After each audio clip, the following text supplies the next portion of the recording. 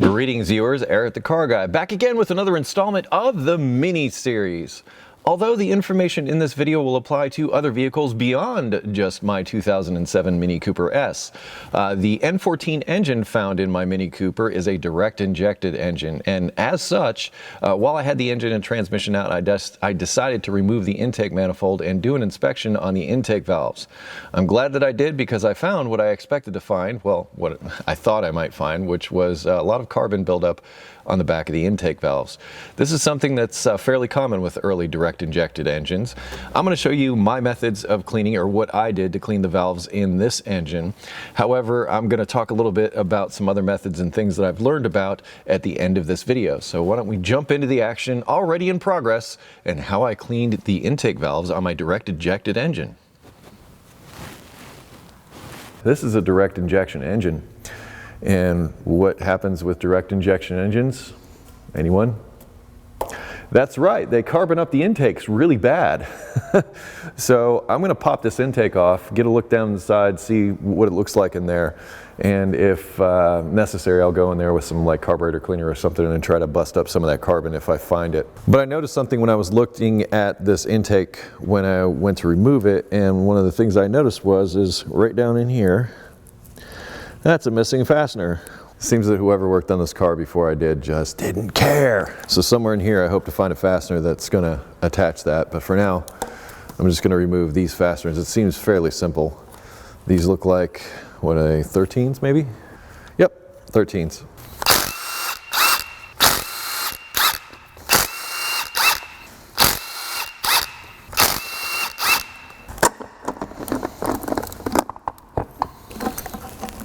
Oh wow. So look at that, right? Direct injection.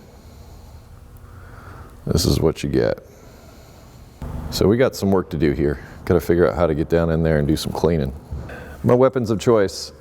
I'm going to use this carburetor cleaner and a screwdriver. This cleaner is working awesome, actually. So just straight up carburetor cleaner. Given the amount of oil that was in the throttle body, I'm also not surprised to see this, because oftentimes when I see worn out engines with like lots of blow by, I see this in intakes. Right, I think I figured it out. All right, where this oil is coming from. They said at the BMW dealership that this needed a valve cover because it was cracked. I think what they meant is the inner part here, which is part of the PCV system. This doesn't use a PCV valve, it uses a system up inside here. I'm wondering if the issue is inside of this valve cover, and that's the reason why they wanted to replace it, because perhaps that was causing this contamination of oil down in here. I'm not sure if they knew about that or what. It looked like the engine had been out. This engine looks like it's been out in the past. And I'm not seeing anything in the turbo. Like, you look down inside the turbo, and I don't really see any oil or any junk down in there to indicate that, okay, that's forcing oil down into the intake system. No, I'm not seeing that.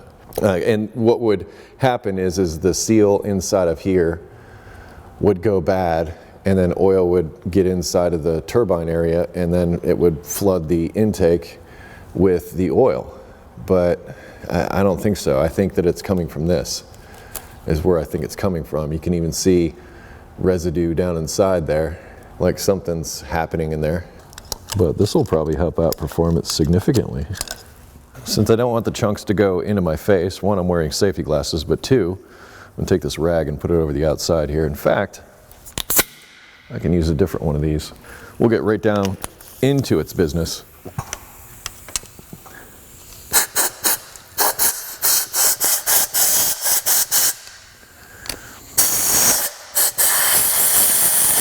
That's looking a lot better.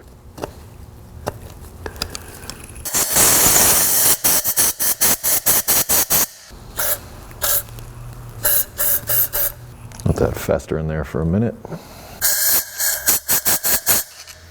Now with the rest of these, I'm going to make sure these valves are closed when I do this. Yeah, that's enough liquid to cause a hydrolock situation. We could destroy the engine. To make sure that they're closed fully before we saturate them like I just did. well, while that one's sitting, I'm going to go into this one and start knocking the chunks out. This might be my guy. Yeah, that's it. So I can get back behind the valve a little bit.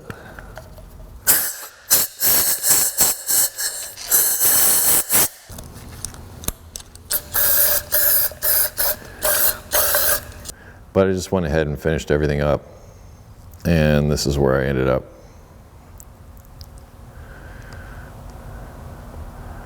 Are they perfect? No.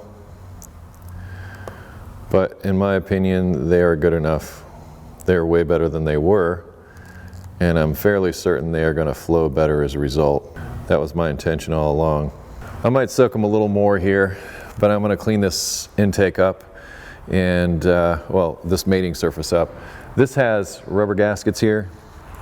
I'm not really concerned about them leaking, so I'm just going to put this back in as is.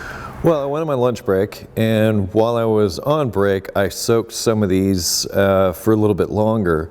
But I also remembered that I had these, which are the bench buddies, and these I use to clean out transmission valve bodies. They're excellent for that. But what I also found is they're excellent for getting down inside here to clean, and I'll show you. I've saved 2 of them for you.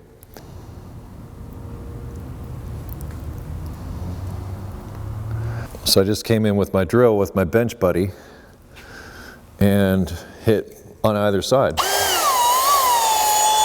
So just ran this in there. Like I said, this is great for cleaning out valve bodies.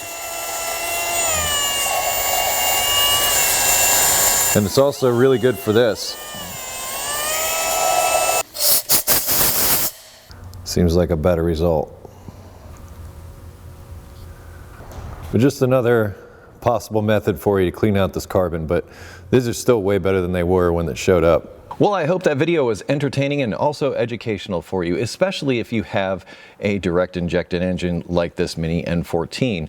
Now, earlier model direct injected engines, such as this one, seem to be prone to this problem. However, later model engines, they've changed the engine design somewhat. In fact, they've added, in most cases, another injector on the backside of the intake valve to also inject fuel there, so that it helps keep that buildup from ever happening. But the earlier model direct injected engines, well, a lot of them had these issues. Now, the number one thing that people came back to me with on social media when I posted pictures of this stuff was walnut blasting. Everyone kept asking me if I was going to walnut blast the carbon buildup away.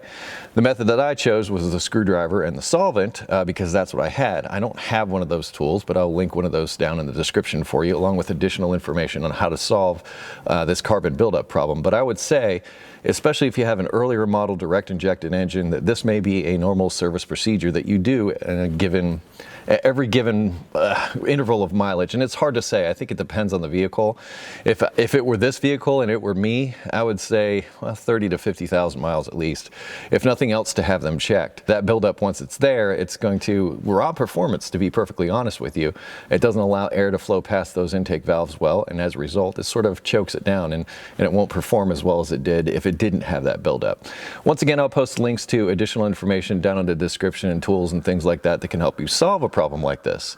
I'll also post a link in the description to EricTheCarGuy.com, which is where I ask you go if you have automotive questions not covered in this video. Aside from that, please like, comment, and subscribe. All those things that help me make a living, I really appreciate that. Be safe, have fun, and of course, stay dirty. Except your intake valves. Keep those clean.